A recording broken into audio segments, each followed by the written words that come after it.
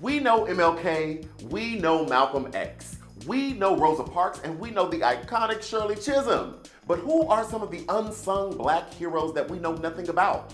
Well, join me this Black History Month as we walk through 28 days learning about 28 who should be iconic but are unsung black heroes. Hello everyone, I am QuentinRJiles, your host of the Q with Q. And welcome to another episode of Unsung Black Heroes. Every day this month, I'm going to introduce heroes who have influenced not only the African American community, but the world at large. Today, we will be focusing on a woman named Daisy Bates. Daisy Bates was an American journalist and activist. Bates was born in 1914 in Arkansas and was raised in a foster home. When she was 3 years old, 3 white men killed her mother.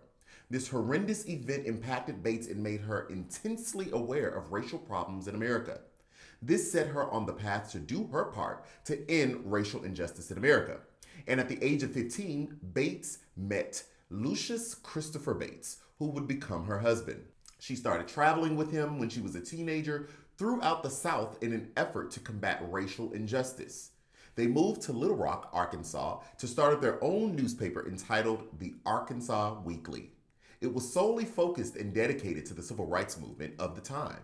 This newspaper was one of the only few at the time dedicated specifically to civil rights. Now, it was available statewide, and Bates was not only the editor of the newspaper, but she also wrote for it as well. At the same time, Bates worked with civil rights organizations and became president of the National Association for the Advancement of Colored People, or what we know as NAACP, of Arkansas. Her work with the NAACP helped transform the civil rights movement and increased Bates' notoriety. In 1954, the United States Supreme Court ruled that states could no longer segregate schools. However, this didn't stop schools from trying to maintain their segregational practices. In order to combat this practice, Bates gathered up black students to enroll in white schools. When this happened, many of the schools rejected the black students from attending.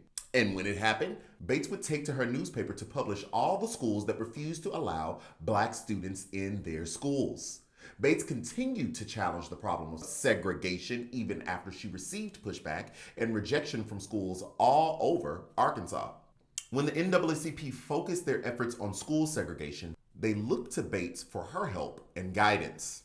The Little Rock Nine was a group of 9 black students who would integrate an all-white school, Central High School, in Little Rock. This took place in 1957. Bates not only organized this effort, but she was on the ground every day to drive students to and from school. This was necessary as the students were countlessly harassed and subjected to violent crowds.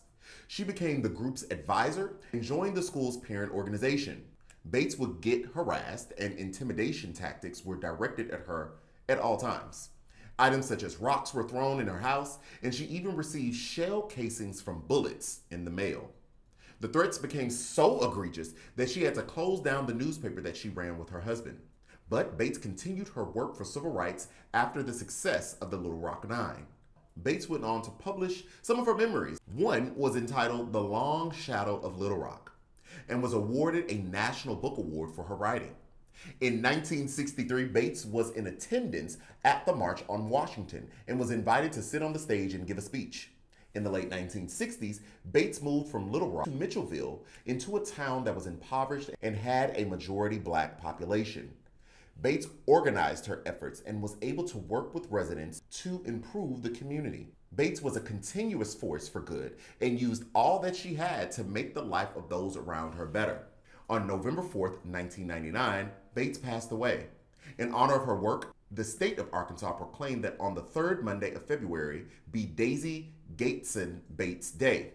After her death in 1999, she was awarded the Medal of Freedom. Stay tuned for more unsung black heroes. Give this video a thumbs up if you learned something, subscribe for more, and hit the bell notification to be the first in the queue.